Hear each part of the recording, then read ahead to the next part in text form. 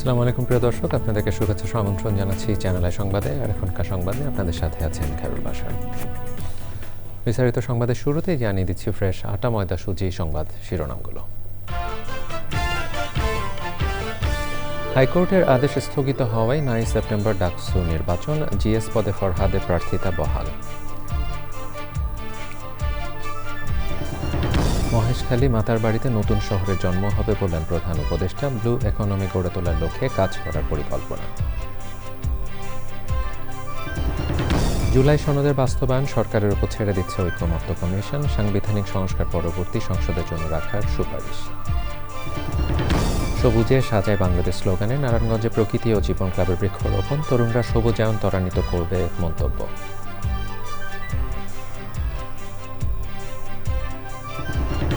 Channel I হৃদয়ে মাটি ও মানুষের ডাকে আসছে ছোটদের কৃষি, গেজেটে আসক্তি কমিয়ে কৃষির সঙ্গে গড়ে তোলার প্রত্যাশা।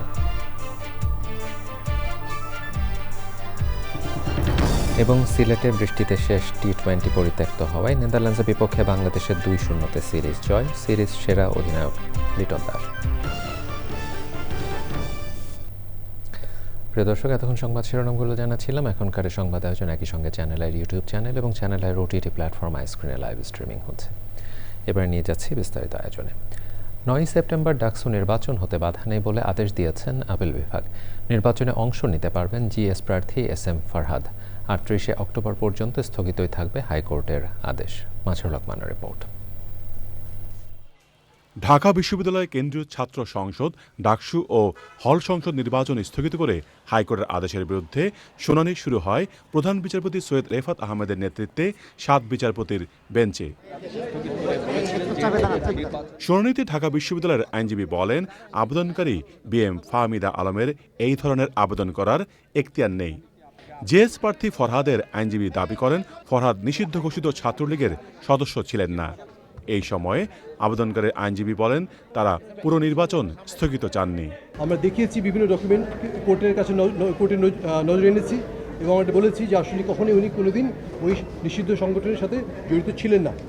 আদালত আমাদের এই বক্তব্য গ্রহণ করেছেন এবং আদালতের কাছে আমরা আবেদন করেছি এইগুলো বিষয়গুলো মোটামুটি ডিসপিউটেড কোয়েশ্চেন অফ ফ্যাক্ট। যদি তিনি ছাত্রলীগের সাথে তার অতীত কোনো সম্পর্ক না থাকে তবে তাকে ইলেকশনে পার্টিসিপেট করতে দেয়া, আর যদি তিনি দোষী সাব্যস্ত হন তবে ছাত্র শিবির যেন কোনো সাবস্টিটিউটেড কোনো প্রার্থী দেয়। উভয় পক্ষের বক্তব্য শুনে আদেশ দেন আপিল বিভাগ। ডাকসু নির্বাচন অনুষ্ঠান করার ক্ষেত্রে সুপ্রিম কোর্টের আদেশ অনুযায়ী আর কোনো আইনি বাধা আমাদের সামনে নাই। আগামী 9 সেপ্টেম্বর ডাকসু নির্বাচন ফ্রি, ফেয়ার এবং ইম্পার্শিয়াল ওয়েতে ঢাকা বিশ্ববিদ্যালয় কর্তৃপক্ষ ডাকসু নির্বাচন অনুষ্ঠিত করবে ইনশাআল্লাহ। আপিল বিভাগের আদেশের ফলে ডাকসু নির্বাচন নিয়ে শঙ্কা দূর হয়েছে বলে জানান আইনজীবীরা। মাছরুল হকমান, চ্যানেল আই, ঢাকা। ঢাকা বিশ্ববিদ্যালয় কেন্দ্রীয় ছাত্র সংসদ ডাকসু ও হল সংসদ নির্বাচনের দিন এগিয়ে আসলেও জোরালো হয়নি প্রার্থীদের গণসংযোগ। প্যানেলগুলো বিভিন্ন দাবি আর প্রতিশ্রুতির কথা বললেও জনসংযোগের চিত্র অনেকটাই সাদামাটা। মিথিলা নাজরিনের রিপোর্ট। ডাকসু নির্বাচনে প্যানেলগুলো তাদের দাবি দাওয়া নানাভাবে তুলে ধরছে সংশ্লিষ্টদের কাছে। সুন্দর, সুষ্ঠু, নিরপেক্ষভাবে অনুষ্ঠিত করার জন্য আমরা নির্বাচন কমিশনের সাথে আমাদের যে আলোচনা সেটা আমরা তুলে ধরেছিলাম আর কি। শিক্ষার্থীদের স্বার্থে ভোট কেন্দ্র পুনর্বিন্যাসের আহ্বান গণতান্ত্রিক ছাত্র সংসদের। 9 তারিখে নির্বাচন, 10 তারিখে তারা বিশ্ববিদ্যালয় বন্ধ রেখেছেন। পুরো একটা সপ্তাহে শুধুমাত্র একদিন ক্লাস, যাদের সেমিস্টার ফাইনাল সেমিস্টার ব্রেক চলে অথবা যাদের পরীক্ষা চলে তাদের ভিতরে ভোট প্রদানের ক্ষেত্রে একটা অনাগ্রহের সৃষ্টি হয়েছে। সাইবার বুলিং প্রতিরোধে সচেতন নির্বাচন কমিশন। প্রতি ভোটারের জন্য 8 মিনিট সময় রেখেছি 40,000-এর মতো ভোটার ধরে। আপনারা জানেন 100% ভোট কখনো কাউন্ট হয় না, তারপরে আমরা ধরেছি। সাধারণ শিক্ষার্থীদের ভোটদান যেন নির্বিঘ্ন হয় সেই দাবি প্রার্থীদের। Mithila Nazneen, Channel I, Dhaka. শুধু গভীর সমুদ্র বন্দর নির্মাণ নয়, পূর্ণাঙ্গ একটি ব্লু ইকোনমি বা সমুদ্র অর্থনীতি বা গড়ে তোলার লক্ষ্য নিয়ে কাজ করতে হবে বলেছেন প্রধান উপদেষ্টা অধ্যাপক মোহাম্মদ ইউনূস। নবগঠিত মহেশখালী সমন্বিত উন্নয়ন কর্তৃপক্ষ মিডার সদস্যরা দেখা করার পর তিনি বলেন, মহেশখালী মাতারবাড়িতে এক নতুন শহরের জন্ম হবে। মোস্তফা মল্লিকের রিপোর্ট। কক্সবাজারের মাতারবাড়ি এলাকার এই বন্দরটি হবে বাংলাদেশের প্রথম গভীর সমুদ্র বন্দর। প্রকল্প নিয়ে আলোচনা করতে প্রধান উপদেষ্টার সঙ্গে দেখা করেন মিডা সদস্যরা। বৈঠকে মিডা চেয়ারম্যান মহেশখালী মাতারবাড়ি প্রকল্পের বিষয়ে প্রধান উপদেষ্টাকে জানান, প্রকল্পটি 3 ধাপে শেষ করার পরিকল্পনা নেওয়া হয়েছে। প্রধান উপদেষ্টা বলেন, প্রকল্প এলাকায় গড়ে ওঠা নতুন শহর থেকে আন্তর্জাতিক সংযোগ তৈরি হবে। প্রধান উপদেষ্টা গভীর সমুদ্র নিয়ে গবেষণার উপর জোর দেন। ওই অঞ্চলে বনভূমি রক্ষা নিয়েও পরিকল্পনার নির্দেশ দেন প্রধান উপদেষ্টা। পরে প্রেস উইংয়ের সংবাদ সম্মেলনে বিস্তারিত জানান মহেশখালী সমন্বিত উন্নয়ন কর্তৃপক্ষ মিডার চেয়ারম্যান। আমরা যদি বাংলাদেশের একটা সিঙ্গাপুর করতে চাই বা বাংলাদেশের ভিতরে একটা সাংহাই পোর্ট করতে চাই, আগামী 30 বছর হাতে আছে সময়। ইমাজিন করতে পারতে হবে যে 30 বছর পরে আমরা এই মহেশখালী মাতারবাড়ি এলাকাটাকে সিঙ্গাপুর বা সাংহাইয়ের মতো করে দেখতে চাই। কমার্শিয়াল হাব থেকে আমরা $150 বিলিয়ন জিডিপি কন্ট্রিবিউশন এক্সপেক্ট করছি, যেটার মধ্যে প্রায় 16 থেকে 18 বিলিয়ন ডলার হচ্ছে ইম্পোর্ট সাবস্টিটিউশন, যে আমাদের ফরেন কারেন্সিতে রিজার্ভে একটা সেভিংস হবে। আর একই সাথে আমরা আশা করছি যে লজিস্টিক্সে প্রায় 4 বিলিয়ন থেকে 6 বিলিয়ন ডলারের সেভিংস হবে। 60 থেকে 65 বিলিয়ন ডলারের টোটাল ইনভেস্টমেন্ট হবে, তার মধ্যে আমরা আশা করছি যে প্রায় $5 বিলিয়ন এফডিআই হিসেবে আসবে, বাকিটা আমরা লোকাল ইনভেস্টমেন্ট এক্সপেক্ট করছি। আশিক চৌধুরী বলেন, পুরো প্রকল্প বাস্তবায়নের জন্য দেশে রাজনৈতিক স্থিতিশীলতা জরুরি। বাংলাদেশের কর্মসংস্থান বলি আর বিনিয়োগ বা এই কমার্শিয়ালাইজেশন, ইন্ডাস্ট্রিয়ালাইজেশন, এগুলো আসলে কমন এজেন্ডা, এটা it's not a political agenda. আজকে ইন্টারিম গভর্নমেন্ট আছে, আগামী 5 বছর একটা দলীয় সরকার থাকবে, তারপরের 5 বছর আরেকটা দলীয় সরকার থাকবে। সো 30 বছরে আমরা হয়তো 6টা সরকার দেখব, এবং 6টা সরকারকে বিশ্বাস করতে হবে যে আমাদের পক্ষে সিঙ্গাপুর হওয়া সম্ভব, তা না হলে আমাদের এই প্রজেক্ট হবে না। সংবাদ সম্মেলনে জানানো হয়, মহেশখালী মাতারবাড়িতে আগামী 30 বছরে 25 লাখ মানুষের কর্মসংস্থান হবে। Mostafa Mallick, Channel I, Dhaka. দক্ষিণ পূর্ব এশীয় দেশগুলোর সাবেক ও বর্তমান আইন প্রণেতাদের platform ASEAN parliamentarians for human rights APHR Bangladesh, চীন ও আসিয়ানভুক্ত দেশগুলোকে সম্পৃক্ত করে রোহিঙ্গা সংকট সমাধানে একটি আন্তর্জাতিক সম্মেলনের প্রস্তাব দিয়েছে।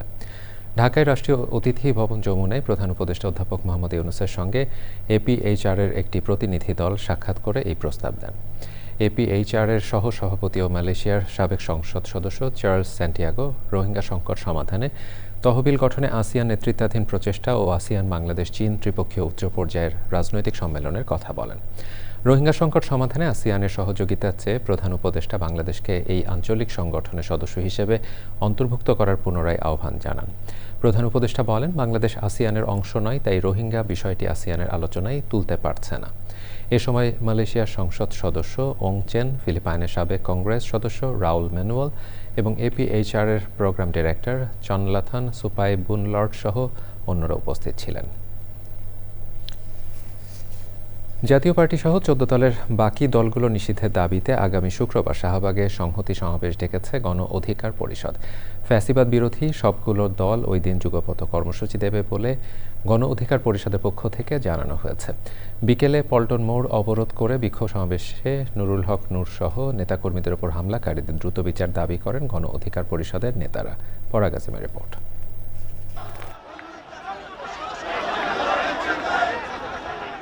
সভাপতি নুরুল হক নূর সহ নেতাকর্মীদের উপর হামলাকারীদের বিচার এবং জাতীয় পার্টি নিষিদ্ধের দাবিতে মিছিল নিয়ে পল্টন মোড় অবরোধ করে গণ অধিকার পরিষদ। ঘণ্টাব্যাপী অবরোধে আশেপাশের রাস্তায় গাড়ি চলাচল বন্ধ হয়ে যায়। সমাবেশে বক্তারা বলেন, আওয়ামী লীগের মতো তাদের সহযোগী দলগুলোকেও দ্রুত নিষিদ্ধ করতে হবে। এই বাংলাদেশের মাটিতে আর কোনো ভারত প্রেম চলতে দেওয়া হবে না। অনেক হয়েছে, অনেক সহ্য করেছি আমরা, আমাদের পিঠ দেওয়ালে থেকে গেছে, আমরা এখন সামনের দিকে এগিয়ে যাব। সন্ধ্যায় অবরোধ শেষ করার আগে কর্মসূচি জানান দলের সাধারণ সম্পাদক। 23টি রাজনৈতিক দল একসাথে হয়ে আমরা অঙ্গীকারবদ্ধ হয়েছি, বাংলাদেশে আওয়ামী লীগ, জাতীয় পার্টি এবং তার দোসররা রাজনীতি করতে পারবে না। প্রত্যেকটা রাজনৈতিক দল আওয়ামী লীগ, জাতীয় পার্টি এবং 14 দলের বিচার দাবি করেছে। যারা ফ্যাসিবাদ বিরোধী শক্তি, আমরা সবাই ঐক্যবদ্ধভাবে আগামী 5 সেপ্টেম্বর বিকাল 3টা শাহবাগে ফ্যাসিবাদ বিরোধী শক্তির শান্তি সমাবেশ অনুষ্ঠিত হবে। কর্মসূচি ঘোষণার পর পল্টন মোড় ছেড়ে যান গণ অধিকার পরিষদের নেতাকর্মীরা। পরাগ আজিম, চ্যানেল আই, ঢাকা। জুলাই সনদ বাস্তবায়নের বিষয়টি সরকারের উপর ছেড়ে দিচ্ছে জাতীয় ঐক্যমত্য কমিশন। বৈঠকে অংশ নেয় নেতারা জানিয়েছেন এর জন্য কোনো সময়সীমা বেঁধে দেওয়া হবে না। দলগুলো জানিয়েছে খসড়ায় দেয়া মতামতের কতটা প্রতিফলন ঘটেছে জুলাই সনদের সইয়ের বিষয়টি তার উপরই নির্ভর করছে। জান্নাতুল বাকি একা রিপোর্ট। দ্বিতীয় দফায় গত 31 জুলাই বৈঠক শেষ করে 16 আগস্ট চূড়ান্ত খসড়া রাজনৈতিক দলগুলোর কাছে পাঠিয়েছিল জাতীয় ঐক্যমত্য কমিশন। জুলাই সনদ বাস্তবায়নের উপায় নিয়ে বৈঠকের পর রাজনৈতিক দলগুলো মঙ্গলবার লিখিতভাবে কমিশনকে আবারও দলের মতামত জানায়। গণফোরাম বলছে জুলাই সনদ বাস্তবায়ন প্রক্রিয়া নিয়ে কমিশন দফায় দফায় মত পরিবর্তন করছে। তারা যেগুলো বলছে যে এটা বাস্তবায়ন করার জন্য আমরা সরকারের কাছে পাঠাবো, সরকার সিদ্ধান্ত নেবে এটা কখন কিভাবে বাস্তবায়ন করবে। আপনি বলেন সংবিধান শুধুমাত্র সংশোধন কিংবা পুনর্লিখন এগুলো নিয়ে রাজনীতির মাঠে বিতর্ক এবং উত্তাপ ছড়ানো হচ্ছে, এগুলো তো কাম্য না। এখন সরকারের কাছে জন আকাঙ্ক্ষা হচ্ছে যে আপনি নির্বাচনের জন্য একটা পরিবেশ তৈরি করা। সিপিবি জানিয়েছে সাংবিধানিক ও দ্বিমতের বিষয়গুলোর বাস্তবায়ন করবে আগামী নির্বাচিত সংসদ। আমরা মনে করি যেসব বিষয়ে সব দল একমত হয়েছে কেবলমাত্র এটা ঐক্যমত্য হওয়া দরকার। যেমন ধরুন আমাদের মূলনীতি নিয়ে ঐক্যমত্য হয়নি, নারী আসন নিয়ে ঐক্যমত্য হয়নি, উচ্চকক্ষ নিয়ে ঐক্যমত্য হয় নাই, তো এগুলো আপনারা আলোচনা টেবিল থেকে বাদ রাখেন। সেইটা রেখে যদি সনদ বলেন আমাদের পক্ষে থাকা সম্ভব হবে। এটা যদি না করে আপনি অন্য কিছু চাপাই দেন তাহলে হয়তোবা আমাদের পক্ষেই সনদের সাথে থাকা সম্ভব হবে না। কোন দল কোন বিষয়ে নোট অফ ডিসেন্ট দিয়ে দ্বিমত পোষণ করেছে জুলাই সনদে তা উল্লেখ করার দাবি জানিয়েছে এনপিপি। নির্বাচিত সরকারের সংসদ সদস্য দিয়ে পার্লামেন্টে এটা আপনারা পাশ করে দেন যত শীঘ্র, কিন্তু টাইমটা ফিক্সড করা ঠিক না। এত দল একমত, এত দল নোট অফ ডিসেন্ট দিয়েছে, কিন্তু কোন কোন দল একমত হয়েছে, কোন কোন দল নোট অফ ডিসেন্ট দিয়েছে, দলগুলোর নামটা দিতে হবে। গণফোরাম সহ সমমনা দলগুলো বলছে জুলাই সনদ বাস্তবায়ন প্রক্রিয়া নিয়ে কমিশন নিজেদের মত চাপিয়ে দেওয়ার চেষ্টা করেছে। জান্নাতুল বাকিয়া কেকা, চ্যানেল আই, ঢাকা। পরিবেশ প্রতিবেশের টেকসই উন্নয়নে সবুজে সাজাই বাংলাদেশ স্লোগানে নারায়ণগঞ্জে বৃক্ষরোপণ করেছে প্রকৃতি ও জীবন ক্লাব। পরিবেশগত সংকট নিরসন ও বাসযোগ্য নগরী করার উদ্যোগে সহায়তা রয়েছে মোবাইল নেটওয়ার্ক অপারেটর বাংলালিংকের। পরিবেশ রক্ষায় নতুন প্রজন্মের সম্পৃক্ততা সবুজায়নে অভিযাত্রাকে ত্বরান্বিত করবে বলে প্রত্যাশা করছেন সচেতন মহল। রুমন রেজা তথ্য ভিডিও চিত্রে আফরোজা হাসির রিপোর্ট। অপরিকল্পিত নগরায়ন, শিল্পায়ন এবং কলকারখানার বর্জ্যের দূষণের ভারে জর্জরিত প্রাচ্যের ড্যান্ডি খ্যাত নারায়ণগঞ্জ। বায়ু, মাটি ও পানি দূষণ সৃষ্টি করছে পরিবেশগত বিপর্যয়, হুমকিতে জেলার প্রাণ প্রকৃতি। পরিবেশের ভারসাম্য রক্ষায় নারায়ণগঞ্জকে সবুজ বেষ্টনীর আওতায় আনতে প্রকৃতি ও জীবন ক্লাবের বৃক্ষায়ন কর্মসূচি। নারায়ণগঞ্জ জেলায় বৃক্ষরোপণ কর্মসূচি পালন করেছে প্রকৃতি জীবন ক্লাব। আমরা গবেষণায় দেখেছি যে যদি প্রচুর গাছপালা থাকে, সবুজায়ন করা হয়, তাহলে কিন্তু 5% মতন উষ্ণতা কমে যায়। এই উষ্ণতা কমে গেলে কিন্তু মানুষের শারীরিক ক্ষমতাও বৃদ্ধি পায়, কারণ সে কিন্তু তখন ক্লান্ত হয় কম। সুতরাং আসুন আমরা বাংলাদেশটাকে সবুজে ছেয়ে ফেলি এবং হাতে হাত মিলিয়ে আমরা সবাই এই বৃক্ষরোপণ কর্মসূচিকে এগিয়ে নিয়ে যাই। সবুজায়ন কার্যক্রমে যুক্ত হয়ে পরিবেশ রক্ষার অঙ্গীকার জেলার বিভিন্ন শিক্ষা প্রতিষ্ঠানের শিক্ষার্থীদের। জীব বেঁচে থাকার জন্য গাছ একটি গুরুত্বপূর্ণ উপাদান। আমরা যে সামাজিকভাবে দায়বদ্ধভাবে আমরা যে কাজটা করি একটা বড় পাওয়া, এবং আমরা আগামীতে ভবিষ্যতে আরো অন্যান্য কাজের সাথে সম্পৃক্ত থাকবে। যে এই উদ্যোগ তরুণ সমাজের মধ্যে যদি ছড়িয়ে দেওয়া যায় তাহলে আগামী দিনে আমাদের পরিবেশ রক্ষা হবে। পরিবেশ সুরক্ষায় শুধু বৃক্ষরোপণই নয়, পরিচর্যা ও সংরক্ষণেও গুরুত্ব দিচ্ছেন সুধীজনরা। গাছ লাগানোটা অত্যন্ত প্রয়োজন আমাদের এই প্রকৃতি রক্ষার জন্য।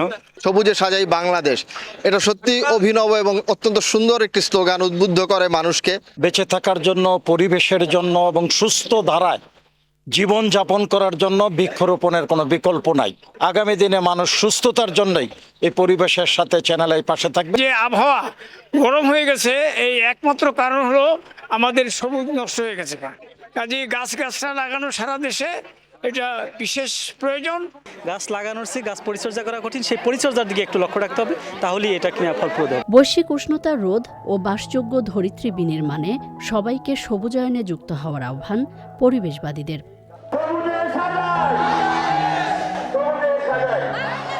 আফরোজা হাসি, চ্যানেল আই। শহর গ্রামে শিশু কিশোরদের কৃষির প্রতি আগ্রহী করে তুলতে চ্যানেল আইয়ের অনুষ্ঠান হৃদয়ে মাটি ও মানুষের ডাকে আসছে নতুন সংযোজন ছোটদের কৃষি।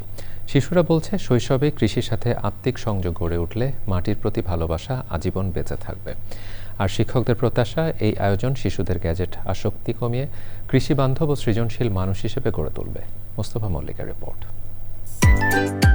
কৃষি উন্নয়ন কর্মী ও গণমাধ্যম ব্যক্তিত্ব শাইখ সিরাজের পরিকল্পনা, পরিচালনা ও উপস্থাপনায় ৪ সেপ্টেম্বর চ্যানেল আইয়ে শুরু হচ্ছে ছোটদের জন্য বিশেষ এই আয়োজন। প্রতি বৃহস্পতিবার বিকেল ৩টা ৫ হৃদয়ে মাটি ও মানুষের ডাক অনুষ্ঠানে সম্প্রচার করা হবে ছোটদের কৃষি। অনুষ্ঠানে ফুটে উঠবে বাড়ির উঠোন, ছাদ কিংবা বারান্দায় কৃষির নানা রং, ছোটদের কৃষিকাজ আর মাটির সাথে হৃদয়ের টান।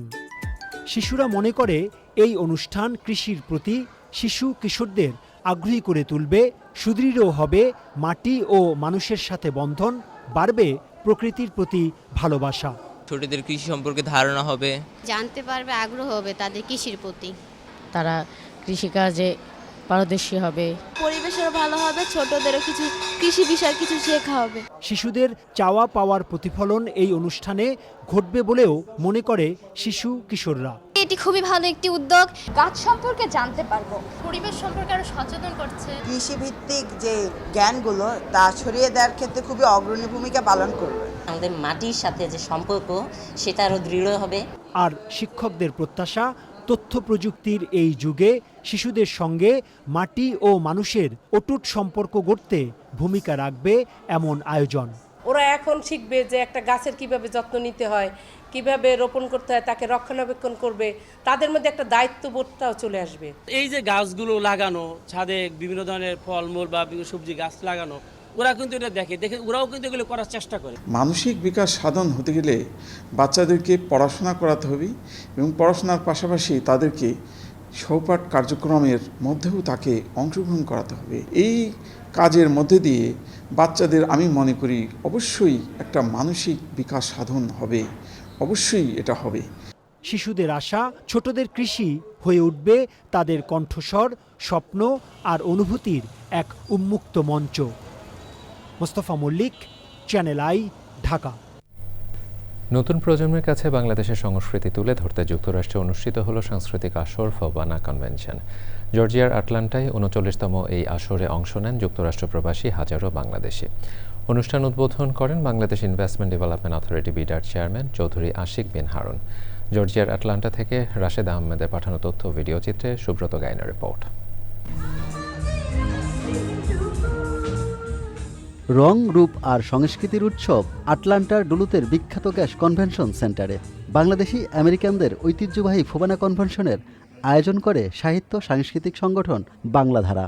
অংশ নেন বাংলাদেশের জনপ্রিয় শিল্পী, সাংবাদিক, লেখক, রাজনীতিবিদ ছাড়াও বাংলাদেশি আমেরিকান কমিউনিটি। অনুষ্ঠান উদ্বোধন করেন আয়োজকরা। সম্মেলনে অন্যতম আকর্ষণ ছিল বাংলাদেশ ও যুক্তরাষ্ট্রের ব্যবসায়ীদের নিয়ে business networking seminar. The first generation of NRBs build the institutions that have kept us anchored. প্রবাসীদের সাংস্কৃতিক বন্ধন আরও দৃঢ় করার পাশাপাশি আগামী প্রজন্মকে মাতৃভাষা ও ঐতিহ্যের সঙ্গে সংযুক্ত রাখার পরামর্শ দেন আয়োজকরা। নেতৃবৃন্দ আমাদের সাথে যোগ দিয়েছেন।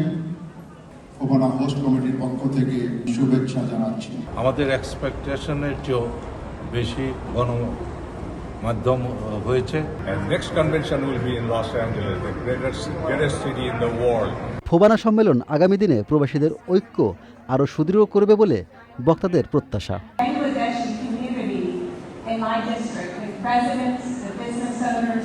আমাদের এখানে প্রায় 200 অধিক আমাদের শিশুরা, আমাদের কিশোররা আমাদের পারফরমেন্স করেছে। এবারের সম্মেলনে বৈচিত্র্যময় সাংস্কৃতিক পরিবেশনার পাশাপাশি ছিল আলোচনা সভা, সাহিত্য আসর, প্রবাসীদের জীবনধারা ও নতুন প্রজন্মের সমস্যা নিয়ে সেমিনার।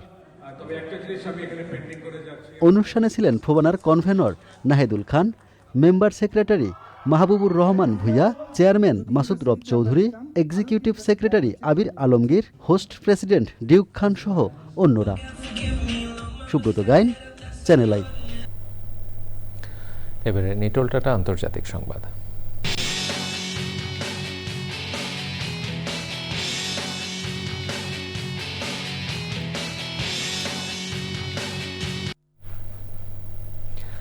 গাজার সবচেয়ে বড় নগর কেন্দ্রে নিয়ন্ত্রণ নেওয়ার চেষ্টায় ইসরায়েলি সেনাদের লাগাতার হামলায় গাজা শহর ধ্বংসস্তূপে পরিণত হচ্ছে।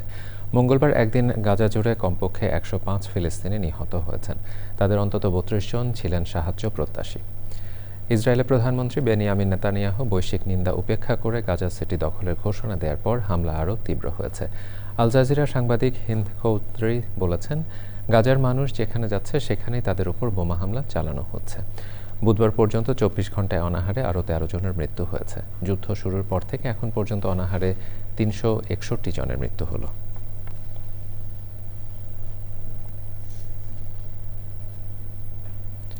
এবারে আইস্ক্রিন সাংস্কৃতিক সংবাদ।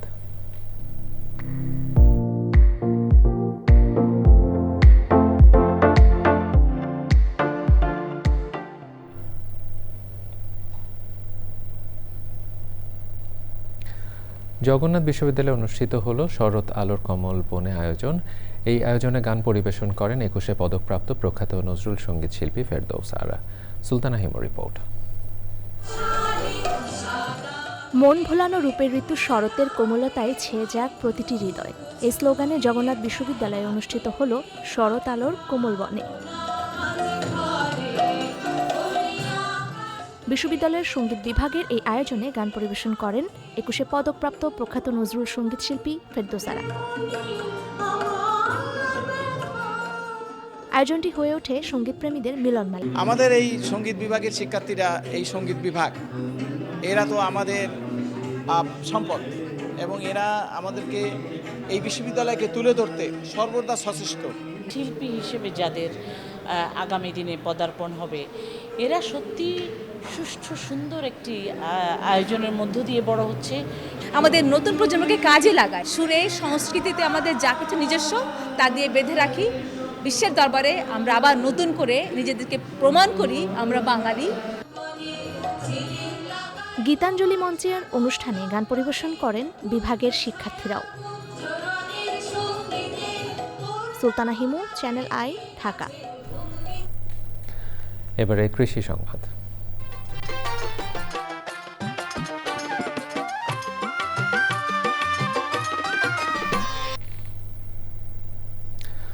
ধামরায় দিন দিন আউশ ধানের চাষ বাড়ছে। এবার ফলন হয়েছে কৃষকের প্রত্যাশার চেয়ে বেশি। বৃষ্টির পানিতেই আউশের উৎপাদন হয় বলে উৎপাদন খরচ অনেক কম। সাভার প্রতিনিধি জাকির হাসানের তথ্য, ভিডিও চিত্রে রাজীব আহমেদের রিপোর্ট। ঢাকার ধামরাই উপজেলা যে কোনো ফসল আবাদের জন্যই অত্যন্ত উপযোগী। 2 ফসলি জমির মধ্যে এবার 860 হেক্টর জমিতে আউশ আবাদ হয়েছে। গত বছরের চেয়ে প্রায় 50 হেক্টর বেশি জমিতে এই আবাদ হয়েছে। 110 দিন থেকে 112 দিনে কৃষক এই ধান ঘরে তুলতে পারেন। 98 এটা আউশের একটা স্বল্পকালীন জাত। এটা আপনার আউশের জীবনকালটা হলো 110 থেকে 112 দিন। এটা আপনার ব্রু ধান কাটার পরে কৃষকদের লাগাতে পারে এবং এই আউশটা কেটে আবার এখন কৃষক রূপামন আবাদ করতে পারে। ধান কাটার পরে লাগছে, এটা কাটার আগে আবার ফিরে আবার ধান কাটে গাইতে, এটা কেটে আবার ধান কাটো। উপজেলা কৃষি অফিস বলছে এবার বৃধান 68, বৃধান 98, 82, 85 জাতের আউশ ধান চাষ হয়েছে। এই কৃষকদের যে বীজগুলো সংরক্ষণ করে পরবর্তী বছরের জন্য আধুনিক এই বীজগুলো আমরা অন্যান্য কৃষকদের মাঝে পৌঁছে দিতে সক্ষম হব, এবং আমাদের 1 ফসলি 2 ফসলি জমিসমূহ 3 ফসলি জমিতে রূপান্তরিত হবে। কৃষকরা তাদের যে কৃষির বাণিজ্যিকীকরণ সেটাকে তারা ধরে রাখতে পারবে। বোরো এবং আমনের মাঝামাঝি সময় আউশ ধান আবাদ করে কৃষক লাভবান হবার পাশাপাশি খাদ্যে স্বয়ংসম্পূর্ণ করতে পারে বলে মনে করেন সংশ্লিষ্টরা। Rajib Ahmed, Channel I. এবারে প্রকৃতি সংবাদ।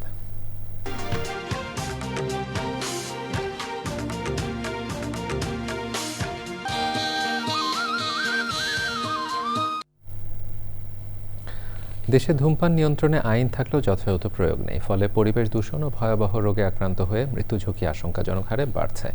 এমন পরিস্থিতিতে টাঙ্গাইলের বাসাইল উপজেলা প্রশাসন ধূমপান নিরোধে নানা উদ্যোগ নিয়েছে, যা সাধারণ থেকে সব শ্রেণী পেশার মানুষের প্রশংসা করাচ্ছে। টাঙ্গাইল থেকে বিস্তারিত জানাচ্ছেন মুসলিম উদ্দিন আহমেদ।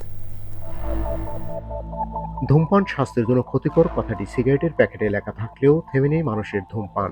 সিগারেটে থাকা অ্যাসিটন, টার, নিকোটিন, কার্বন মনোক্সাইডের মতো ক্ষতিকর পদার্থ ধ্বংস করে ফুসফুস ও শরীরের বিভিন্ন অঙ্গ প্রত্যঙ্গকে। ধূমপান নিরোধে একাধিকবার আইনে সংশোধন হলেও মাঠের বাস্তবতা সেই একই।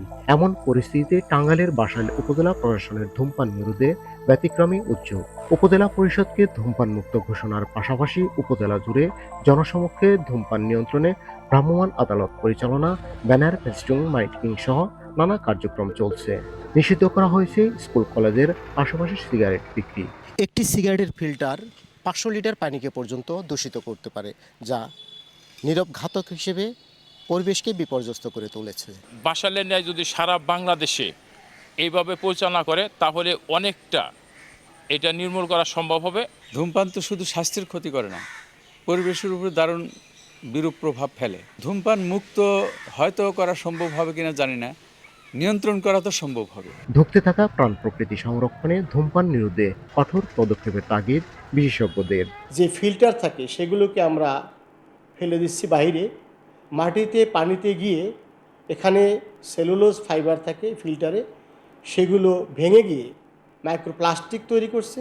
আইনের প্রয়োগ ও সচেতনতামূলক কার্যক্রমে উপজেলায় ইতিবাচক প্রভাব পড়ছে। আর শুধু মানুষকে সচেতন করলে আসলে আমরা এটা নিয়ন্ত্রণ করতে পারবো না, এর পাশাপাশি আসলে শাস্তিরও প্রয়োজন আছে। সেই অনুযায়ী আমরা বিভিন্ন বাজারে মোবাইল কোর্ট করছি। বাসাইলের সীমানা ছাড়িয়ে দেশ জুড়ে পরিবেশ বান্ধব জীবনাচারের চর্চা ছড়াবে এমন প্রত্যাশা সুধীজনদের। টাঙ্গাইলের বাসাইল থেকে মুসলিম উদ্দিন আহমেদ, চ্যানেল আই। এবারে ঢাকা ব্যাংক পিএলসি বাণিজ্য সংবাদ।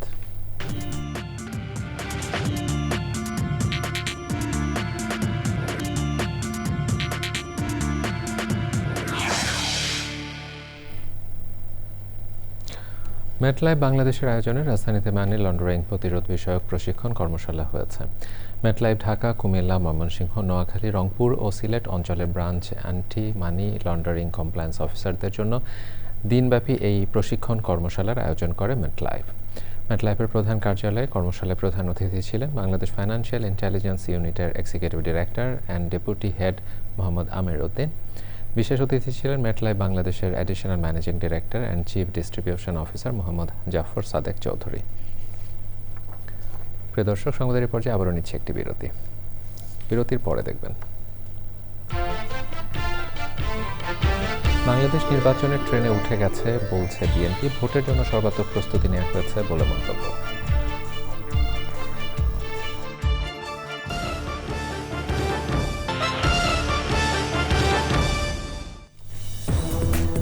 দর্শক, আবার আমন্ত্রণ জানাচ্ছি চ্যানেল আই সংবাদে। বিএনপির ৪৭তম প্রতিষ্ঠাবার্ষিকী উপলক্ষে চট্টগ্রামের হাটহাজারী উপজেলা ও পৌরসভা বিএনপির আয়োজনে সমাবেশ হয়েছে। প্রধান অতিথির বক্তব্যে ব্যারিস্টার মীর মোহাম্মদ হেলাল উদ্দিন বলেন, বাংলাদেশ নির্বাচনের ট্রেনে উঠে গেছে। বিএনপি নির্বাচনের জন্য সর্বাত্মক প্রস্তুতি নিচ্ছে। হাটহাজারী পৌর বিএনপির আহ্বায়ক জাকের হোসেনের সভাপতিত্বে আরও বক্তব্য রাখেন হাটহাজারী উপজেলা বিএনপির সদস্য সচিব মোহাম্মদ গিয়াসউদ্দিন, পৌরসভা বিএনপি সদস্য সচিব মোহাম্মদ ওহিদুল আলম সহ অন্যরা। সমাবেশ শেষে ব্যারিস্টার মীর হেলালের নেতৃত্বে শোভাযাত্রা হয়।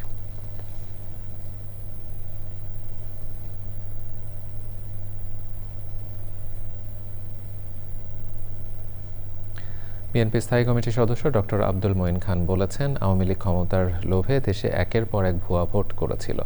দলের প্রতিষ্ঠাবার্ষিকী উপলক্ষে নরসিংদী পলাশ উপজেলা বিএনপি আয়োজিত অনুষ্ঠানে তিনি একথা বলেন। পলাশ উপজেলা মাল্টিপারপাস অডিটোরিয়ামে অনুষ্ঠানে সভাপতিত্ব করেন উপজেলা বিএনপির সহ সভাপতি আব্দুস সাত্তার। উপস্থিত ছিলেন উপজেলা বিএনপির সাধারণ সম্পাদক সাইফুল হক, যুগ্ম সাধারণ সম্পাদক বাহাউদ্দিন ভুইয়া মিল্টন, ঘোড়াশাল পৌর বিএনপি সভাপতি আলম মোল্লা, সাধারণ সম্পাদক দেলোয়ার হোসেন সহ অন্যরা। আওয়ামী লীগের স্বৈরাচার থেকে একটি অন্তর্বর্তীকালীন সরকারের মাধ্যমে পুনরায় গণতন্ত্রে আমরা রূপান্তরিত হচ্ছি, তখন সেই সময় আমাদের মনে রাখতে হবে যে আমরা বাংলাদেশে গণতন্ত্রে বিশ্বাস করি। পবিত্র ঈদে মিলাদুন্নবী উপলক্ষে চট্টগ্রামের ফটিকছড়িতে সুন্নি সমাবেশ হয়েছে। অনুষ্ঠানে প্রধান অতিথি ছিলেন চট্টগ্রাম উত্তর জেলা বিএনপির সাবেক যুগ্ম আহ্বায়ক সরোয়ার আলমগীর। প্রধান বক্তা ছিলেন মুফতি গিয়াসউদ্দিন তাহেরি। এছাড়া বক্তব্য রাখেন মুফতি গোলাম কিবরিয়া হাফিজুল্লাহ, মাওলানা ফিরোজ আলম রেজভী সহ অন্যরা।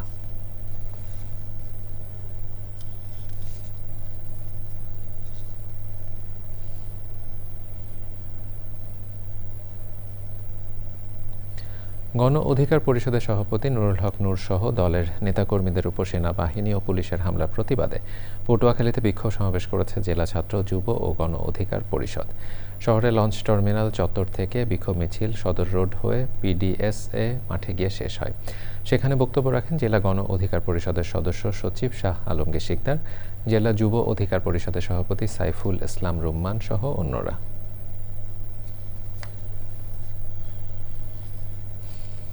আদালত ঘোষিত ফেরারি আসামিকে ভোটে অযোগ্য রাখা সুপারিশ যুক্ত করে আরোপীয় সংশোধন অধ্যাদেশ 2025 চূড়ান্ত করতে আইন মন্ত্রণালয় ভেটিংয়ের জন্য পাঠিয়েছে নির্বাচন কমিশন।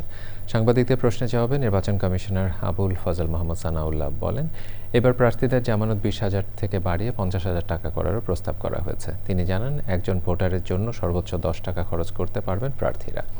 প্রিজাইডিং অফিসাররা চাইলে কেন্দ্রের ভোট বন্ধ করতে পারবেন এমন বিধানও রাখা হয়েছে। তবে অনলাইনে মনোনয়ন দাখিলের বিষয়টি আর যুক্ত করা হয়নি।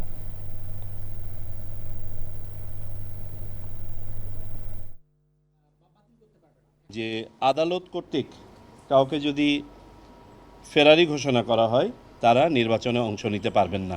প্রিজাইডিং অফিসারই সর্বেসর্বা হবেন কেন্দ্রে। তিনি সিদ্ধান্ত নেবেন যে তিনি ভোট কন্টিনিউ করবেন নাকি বন্ধ করবেন। যে কনস্টিটিউয়েন্সিতে যত ভোটার, এর হয় 10 টাকা পার ভোটার হারে অথবা 25 লক্ষ, যেটা সর্বোচ্চ সেটা করতে পারবেন। এখানে একটা ফ্লেক্সিবিলিটি অ্যাড করা হয়েছে। বিশ্বের নানা প্রান্তের কাবাবের ঐতিহ্যবাহী স্বাদ ও শিল্প কৌশল তুলে ধরতে গরমে কাবাব ফেস্টের আয়োজন করেছে ওয়েস্ট ইন্ড হোটেল। ব্যাংক এশিয়ার সহযোগিতায় উৎসব চলবে 13 সেপ্টেম্বর পর্যন্ত। রাজধানী গুলশানের ওয়েস্ট ইন্ড হোটেলে গরমে কাবাব ফেস্টের উদ্বোধনী অনুষ্ঠানে প্রধান অতিথি ছিলেন বাংলাদেশে মিশরের রাষ্ট্রদূত ওমর ফাহমি এবং ব্যাংক এশিয়ার ডিএমডি ও head of retail marketing Syed Zulkar Nayan সহ বিশিষ্টজনেরা। উৎসবে রয়েছে মিশরের হাল্লা কাবাব, তুরস্কের ডোনার, লেবাননের রসুন হার্ব কাবাব, মরক্কোর জাফরান ল্যাম, আফগানিস্তানের চাপলি, গ্রিসের সুভালকি, পাকিস্তানের লহরি স্ট্রিক ও পুরান ঢাকার সুতলি কাবাব। শুধুমাত্র ডিনারের সময় উপভোগযোগ্য এই উৎসবে 28টি ব্যাংকের কার্ডে থাকছে buy one get two, buy one get one. এছাড়াও রয়েছে ফার্স্ট ট্রিপের জন্য Dhaka Cox's Bazar Dhaka return air ticket জিতে নেওয়ার সুযোগ। প্রিয় দর্শক, এর সাথে সংবাদের শেষ ভাগে আমরা যাবার আগে ফ্রেশ আটা, ময়দা, সুজি সংবাদ শিরোনামগুলো আরও একবার জানাচ্ছি। হাইকোর্টের আদেশ স্থগিত হওয়ায় 9 সেপ্টেম্বর ডাকসু নির্বাচন, জিএস পদে ফরহাদের প্রার্থিতা বহাল।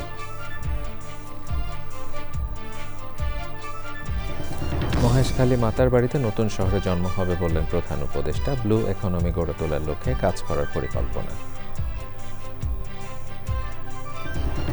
জুলাই সনদের বাস্তবায়ন সরকারের উপর ছেড়ে দিচ্ছে ঐক্যমত্য কমিশন। সাংবিধানিক সংস্কার পরবর্তী সংসদের জন্য রাখার সুপারিশ। সবুজে সাজায় বাংলাদেশ স্লোগানে নারায়ণগঞ্জে প্রকৃতি ও জীবন ক্লাবের বৃক্ষরোপণ, তরুণরা সবুজায়ন ত্বরান্বিত করবে মন্তব্য।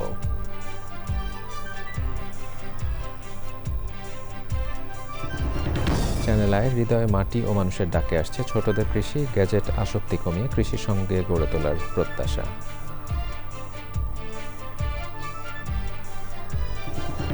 এবং সিলেটে বৃষ্টিতে শেষ টি20 পরিত্যক্ত হওয়ায় নেদারল্যান্ডসের বিপক্ষে বাংলাদেশের 2-0 সিরিজ জয়। সিরিজ সেরা অধিনায়ক লিটন দাস।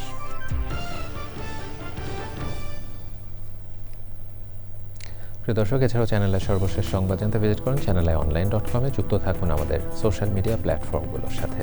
এতক্ষণ চ্যানেলের সংবাদের সাথে থাকার জন্য সকলকে ধন্যবাদ জানিয়ে বিদায় নিচ্ছি। শুভেচ্ছা।